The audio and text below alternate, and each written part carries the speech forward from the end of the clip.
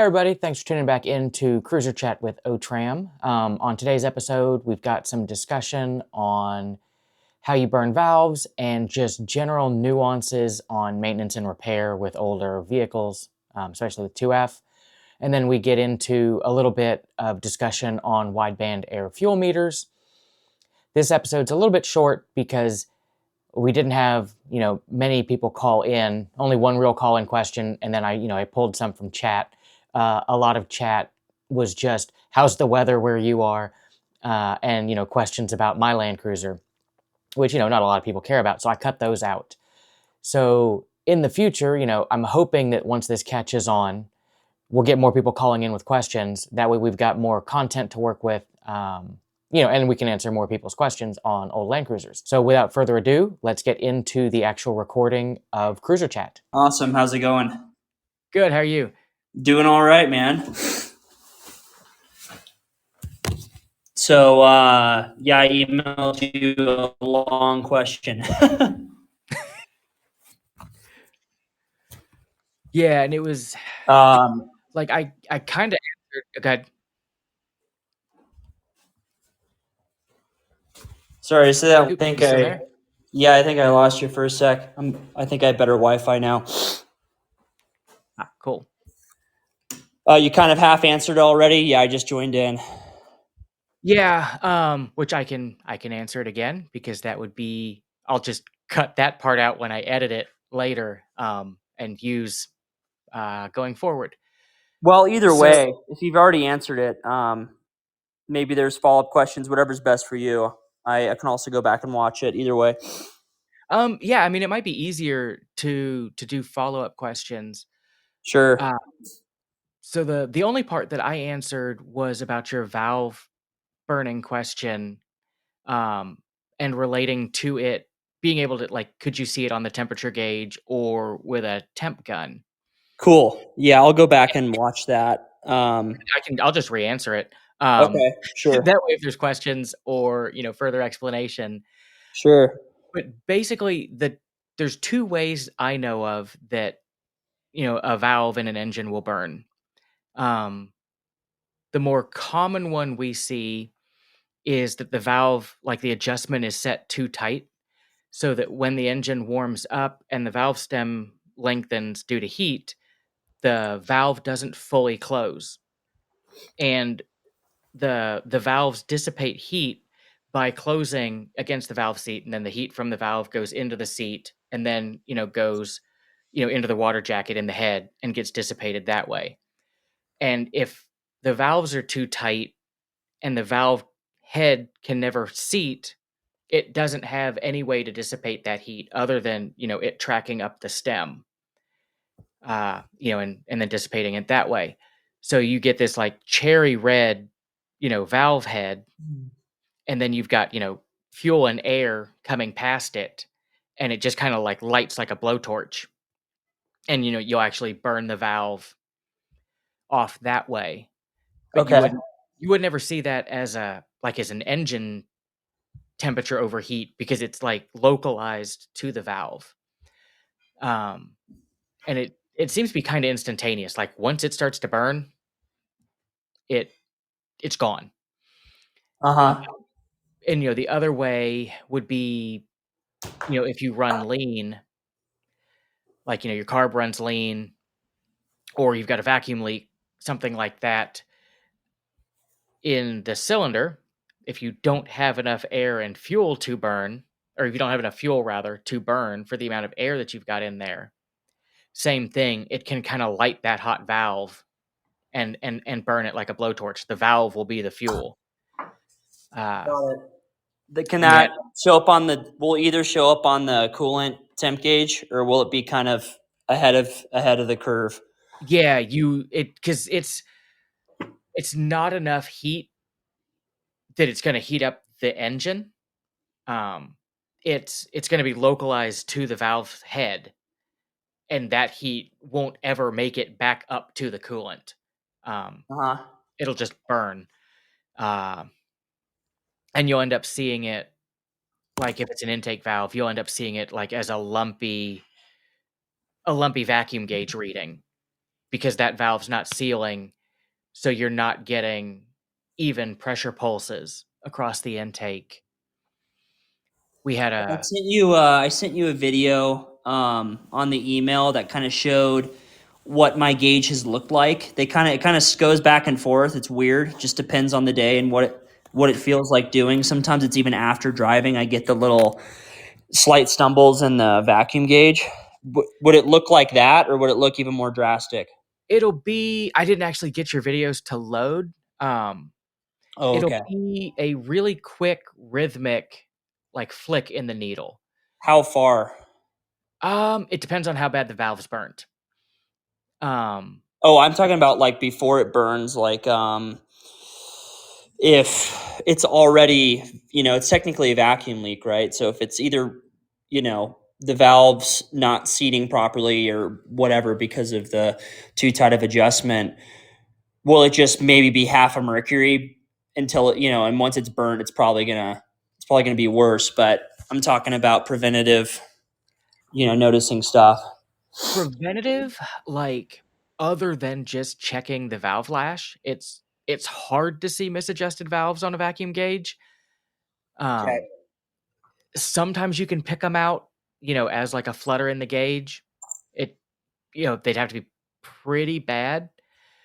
Um, like we use an oscilloscope with a pressure sensor, and it lets us, graph the pressure wave, and you can catch them that way because you can see the really quick um, fluctuations in the vacuum. But even that, it's hard to see it. Uh, so like if it's on a 2F, that's why they want you to adjust the valves hot, because the valve stem's already gotten to its longest length. So you're setting it at the same length it's going to be when it's running. Right. Because if you set them cold, when the engine warms up, that valve clearance is going to be quite a bit less as the stem expands. Yeah, basically, it's like, I'm in a smaller town. There's not a ton of cruiser guys that, have the specialized tools you're talking about. And I haven't necessarily honed the carbon to the point where I'm just like so comfortable with it. I know it's and also knowing what to look for. It's my first project. It's hard to Yeah. know what a well-tuned rig even sounds like or feels like. I've driven my neighbors. He doesn't know much, but he definitely gets a little bit more power and it runs a little bit smoother and it starts up a little bit better and all those things. And I'm thinking about doing a road trip, but part of me wants to opt out until maybe I can get someone from a city to look at it, and it's someone that's done it before, so I don't risk, if you burn a valve, like Yeah. my time is already limited to work on the rig. That'd be freaking major. Even if for someone else they probably just replace it in a day, that'd be something that'd be like, okay, that'd be a huge setback. So I'm probably at that point, if I had to guess, just with context. There's a few other little things like charging issues with the alternator, and my power steering pump's leaking pretty bad. I think there's a bearing going out in one of my pulleys. Mhm. It might be alternator, it might be a different one, but there's definitely something going on. So, it might be worth having someone look at the rig before I really just like send it and do a longer drive where something's probably bound to bound to break if it's going to break. So, Yeah, that's where I'm at. and that's like the 40s and the 60s, the stuff with the 2F and even the 3F. They're really simple to work on, but like when you're setting the valves or, tweaking the carburetor, there's a lot of like nuance and feel to it. Like it took me forever to get the feel of adjusting valves. It Yeah, was I so finally many got that years. one down, which is good, but the carburetor one I definitely don't have down. Um, So, but and there's all the other things that go with it. Like I just had coolant. I parked outside for 2 days and it got cold, and a coolant leak that's been gone for 6 months came back. It's just like little stuff where it's going to come up, and probably need to close out some of these issues before I full on drive the thing super far. Yeah, Um, yeah, it's old rigs are fun. but you kind of want to get them dialed before you road trip them. I had when I was living up in Boston, I brought my FJ60 up, and it was a project truck, and I kind of rebuilt it up there, and I put maybe 20 miles on it once I'd put it back together. And when we moved back down to Virginia, the intention was to trailer it behind the U-Haul moving back. But the day before we moved back, I blew a head gasket in my Honda. So ended up towing the Honda and driving the 60, 500 miles without ever really road testing it first. And that was, I mean, it made it. I threw the AC belt and roached a wheel bearing. Uh, but it made it, but that was not a fun trip, constantly worrying about the thing. Yeah, totally. Um, Well, I think that answers my question. It's just so difficult. Mud has great info, but unless someone's sitting there with you, and same thing with the FSM, there's stuff that's maybe someone's going to argue with me about this later, but I feel like there's stuff missing. You're talking about the nuances and how things relate to each other, diagnosing. There's just yeah, there's a lot of gaps that you need a human to fill for you. So it's and probably where I'm at. unfortunately, like the FSM, it was written as the factory service manual, so they're assuming that it's being read by a factory tech. So yeah, it's the all of the specifics, but it doesn't have all the background, um, which leaves gaps. Right. Unfortunately. Well, cool. Yeah, I mean that pretty much it answers my question. There's obviously so many little things within my long email, but the point of which was okay. I'm obviously under the gun to get this thing done. I'm trying to drive it far, but maybe I ship it to a city and just have it double checked, get an inspection on it, have them close out some of these issues. That was the end question. Just when should I drive this thing far? And I think the answer is just to wait and feel confident in it and enjoy it more. So Yeah, and you might ask at like your local parts stores, if there's any like old hot rod guys like in the area. yeah, You might just be able to get one of those guys that's, familiar with, a straight six or a carbureted straight six. Like if there's an old Chevy truck guy, um, 'cause the 2F is basically an old Chevy straight six. yep, Um, you might just be able to, it doesn't have to be a Land Cruiser specific person, like, just somebody that's familiar with old, carburetors.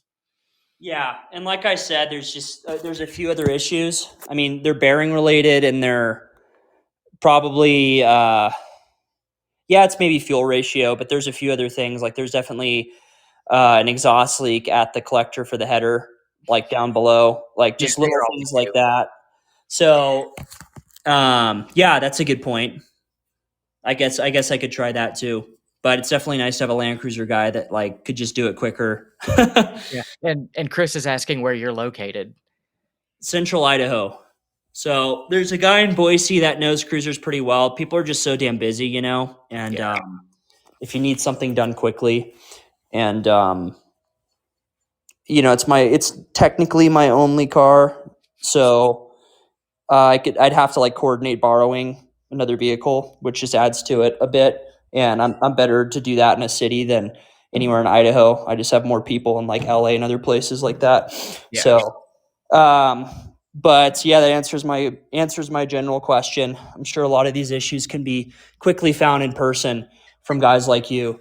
Just a matter of like, okay, you're for banana and you haven't seen the end product yet of what Yeah, it's supposed to look like. and that's the problem, like, we get a lot of people, like, emailing and, like, calling in with questions, and it's like, yeah, without me really laying hands on it, a lot of it just gets missed in the going back and forth, without actually having it in front of you, and, like, we had a 5.7, uh, in a Sequoia in the other day with a slight misfire, and it didn't seem like ignition, and we went to pull it out of the shop, to bring something else in to look over. And as Cody started it to pull it out of the shop, I smelled coolant in the exhaust. And super minor, just started head gasket leak that was just enough to make it misfire on cold start. But the just smelling it as it backed out, I was like, "Oh, it's got a head gasket." And then we knew to test the head gasket. But, like, had I not had somebody, called in and said, "I have a misfire," like, that's not the first thing I would have but gone to. Um, so yeah, it can be a lot of fun, but yeah, trying to figure out things long distance doesn't really work. Yeah, and this guy's saying, I know there's a good group in the Boise area. I'm about 2 hours from Boise, and I think 2 hours going 70 miles an hour is definitely enough time for me to break something and get stranded. So I've thought about it, but like I said, you drop off the rig. You're supposed to drop it off for one issue. He's tuning your carburetor, and he finds 8 other things, and Mhm. then I'm without a car. So going to a bigger city where I know people and have an extra vehicle would probably be the best bet. But yeah, I got a jet. Cool. I'm running to something, but I appreciate this podcast. It's sick. I think Awesome. it's going to be a great resource for people, and yeah, I'll tune in next time as well. Very cool. Thanks for tuning in. Yeah, we'll see you, man. Bye. Good luck. Um, and Chris wants to know if I've ever messed with an Innovate LM2 digital air fuel meter. And I don't know if it's the LM2, but I have an older Innovate air fuel meter, that it's the wideband sensor and interface box, and you plug it into your laptop. And it works, I guess, really well. I haven't used it in a couple of years. Um, but yeah, I used it quite a bit for trying to track down uh, weird carburetor issues on, 40s. It was a little bit more difficult to use on 60s because they had a cat, and the cat screwed up the readings. But on ones with no cat, or that I could weld a bung in pre-cat to get a good air fuel reading, uh, it was really helpful, for double checking that, like, things were jetted right and that the air fuel ratio was where it should be. And I've got a hardwired, air fuel gauge in the Shady 80, uh, because with the turbo, I wanted to make sure I wasn't running lean, because I don't want to melt pistons like the guy I looked at today. Which we had the talk today that he needs a wideband air fuel meter, so that he knows he's not running lean when he changes supercharger pulleys to get more boost. But yeah, it's a super good tool. Uh, it was a little bit finicky, like when the weather changed or you hadn't used it in a while. You had to do a whole, like, reset and recalibrate procedure on it, but it worked really well and was well worth the money. And I think they make a handheld version, like, it's the sensor and the box and like the readout all in a handheld version. I would probably go with that one over the one that went with the laptop, because I think a lot of the issues I had with, just having to screw around with it a lot were because of the laptop interface. So the handheld one, although it was more expensive, would likely be the better overall purchase. Yeah, I would probably go interface, or I mean, I'm sorry, I would go handheld over the one with that interfaces to a laptop. I I originally bought the interface one twofold. It was, quite a bit cheaper than the handheld, and I thought it'd be, like, cool to be able to, record and data log. I never actually recorded anything. It was, you drove around, you watched the readings, and you adjusted them. Oh, cool. I didn't, and Chris said it's about 500 for the one with the OBD2 reader built in. Yeah, mine is old enough that that wasn't even an option. Uh mine's mine's probably 10 or 12 years old and very likely needs a new sensor by now. But yeah, the few times I've used it, it's one of those it's one of those tools you don't use it often, but when you need it, nothing else will do, and it just makes life so much easier. It's like my oscilloscope. I don't use it a ton, but on those jobs where you need it, it is the only thing that will do it, and it just makes life so much better. Like the blown engine, the melted piston truck that came in today, did a relative compression test with the oscilloscope, in 5 minutes, and knew we had 2 dead holes. Uh, rather than have to take anything apart. Uh, so yeah, nice tools are well worth having.